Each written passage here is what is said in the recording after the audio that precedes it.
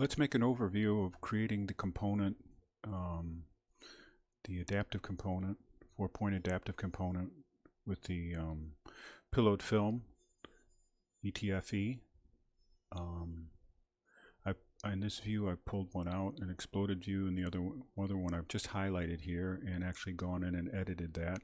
So I'd like to try to explain how this is constructed in a kind of a shortcut format for those of you who are able to build just with the overview details. So let's take a look at the actual component itself. It's a 4-point adaptive component. We have the adapt 4 adaptive points, and then off of that, going up, we have a set of reference points that we are driven to an offset that's set up as a parameter. Going up, we have another set, and I'll go to wireframe so that'll be clearer. We have another set going down off of each node. So if you were actually just to look in this node, this is basically everything that's constructed: an adaptive point, an offset going up, connected to a value called height. So I've set up some parameters: a height, an offset, and a depth. The offset is the bottom one, the depth is this one, and the height is that one.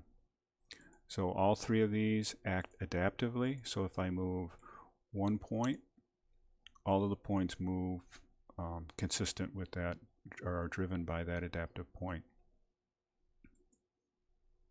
So that's repeated on 4 corners.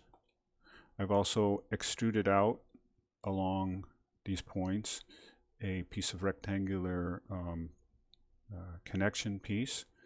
And if we were to zoom in, and let's see if I can find there we go. There's the element that is the extrusion. And you can see it's offset to come a little bit above the plane and mostly below the plane. I think I have this set up for about a 1/2 inch. And that's just to give it an appearance in the rendering. That would be like the place where the film is actually captured between the 2 elements.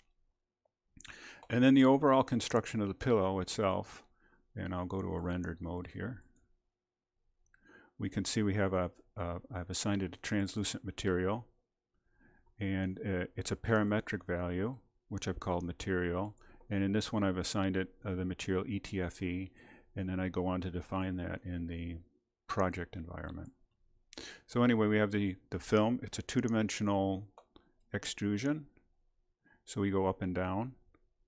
And I've used these reference lines from the offset going up to find a center point, and then correct it, and then connected that with a piece of curved geometry, and then done the same thing for the bottom, and then selected all the outside reference lines and these center lines to create that volume.